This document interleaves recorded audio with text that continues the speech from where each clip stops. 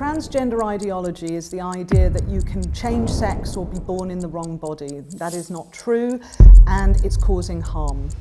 I'm not going to stop talking about this issue until that harm is addressed.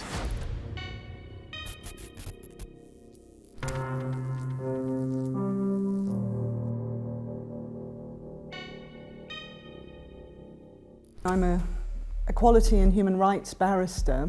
I was approached by someone I knew who knew a teacher, and this teacher had been in trouble for so-called misgendering one of their students. A girl wanted to be known as he, and the teacher didn't want to use that pronoun and got into trouble. This teacher, when I spoke to him about his own personal situation at his school, told me that he knew a lot of parents who were looking for support and perhaps even some understanding of how they might bring a legal case in respect of what had happened to their children. And so he put me in touch with a few parents who I met and talked about their personal stories.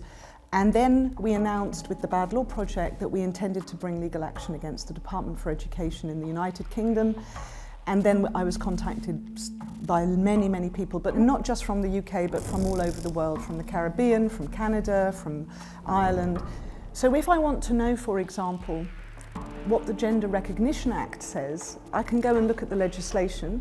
I have a voice in how that legislation can be changed if I think there's something wrong with that legislation.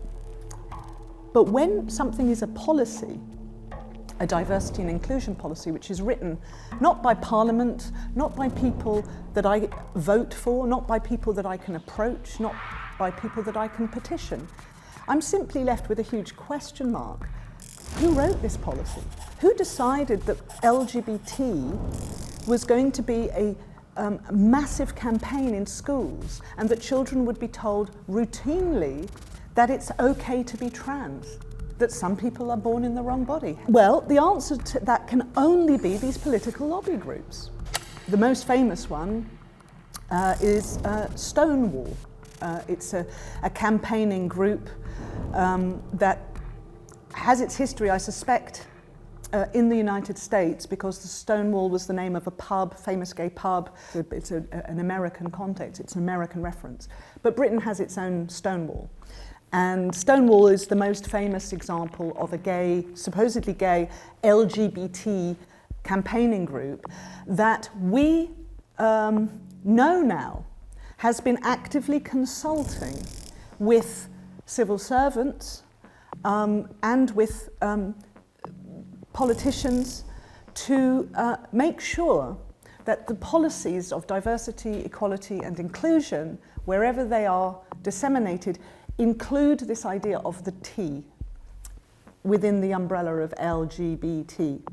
In fact, this umbrella keeps growing, so we're losing track of it. So now the LGBT umbrella has become LGBTQIA+.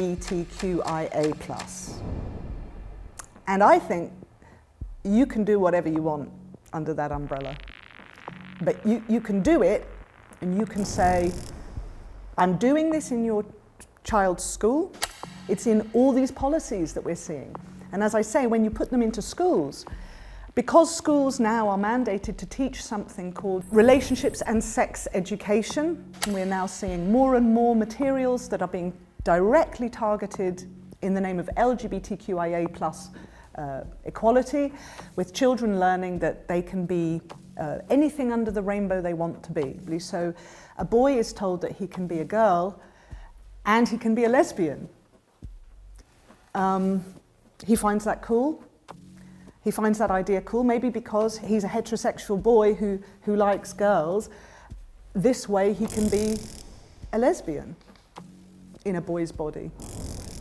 This is suggested through, again, programs of instruction like personal social health education, relationships and sex education. And what we've seen in recent years is that the statistics of children identifying as being born in the wrong body have rocketed, and children are signing up for medical consultations on the basis that they're trans or LGBTQ. And the numbers of children who are taking cross-sex hormones has rocketed. The number of girls who are binding their breasts from an early age as they enter into puberty, they're binding their breast. You can download chest binders from these lobby group websites, like Mermaids, which is another one. You can see that this is a pernicious idea that we have allowed into our schools. And it has serious harms, medical, physical, psychological trauma, not just for the child, but for the family. And we've never been allowed to have a conversation about what are we talking about. Is a transsexual man who wears female clothing in a bar for gay men, is that person in the same category as a 12-year-old girl who is worried about puberty and feels embarrassed about it? And it's come about because of a deal that has been done between political activist groups and people in senior decision-making positions. And because it's been done more or less without any public scrutiny, those activists we call the third sector because they usually have charitable status. And there are, I've mentioned Mermaids and Stonewall, but there are many of these charities and they are under the rubric of LGBTQIA+. They are promoting this notion, this ideological notion that you can be born in the wrong body, and they're also promoting other things which are very controversial, such as sexual practices that perhaps are not appropriate to be taught at certain ages. So then the next question is, well, why? What do these charities, well, what do they get out of it? I mean, you know, I used to be a bit of a Marxist in my youth, so as a Marxist I would have said, well, money. I'm no longer a Marxist for the record, but the answer to that question remains the same. It's a hugely profitable industry. I believe a detransitioner called Scott Nugent in the United States, who transitioned from female to male and then detransitioned, she actually put a figure on it. She actually quoted how much she had calculated that the transgender child was worth for the pharmaceutical companies. And I think that the charity sector also profits because they are selling materials to schools because they are experts on this new thing which nobody understands. But if we look at the non-monetary explanation for this craze, which has taken off notably in Western democratic countries, so well, what we call Western democratic countries, whether they are Western or democratic is another question. But in United States predominantly, Britain, to some extent, Australia, Canada, you know, the Anglosphere seems to be particularly vulnerable. Ireland, Scotland, we see these countries, you know, possessed by this idea of trans.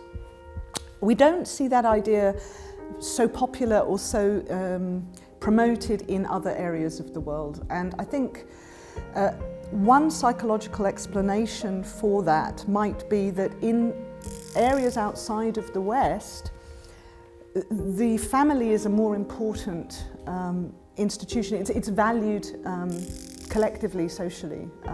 The idea of the family, it's just the transgender child stands alone, and the only people that they can turn to, particularly if their family don't understand what's happening or are concerned, the only people they can go to, imagine that, are the charities who are there to support them and the doctors who are there to treat them.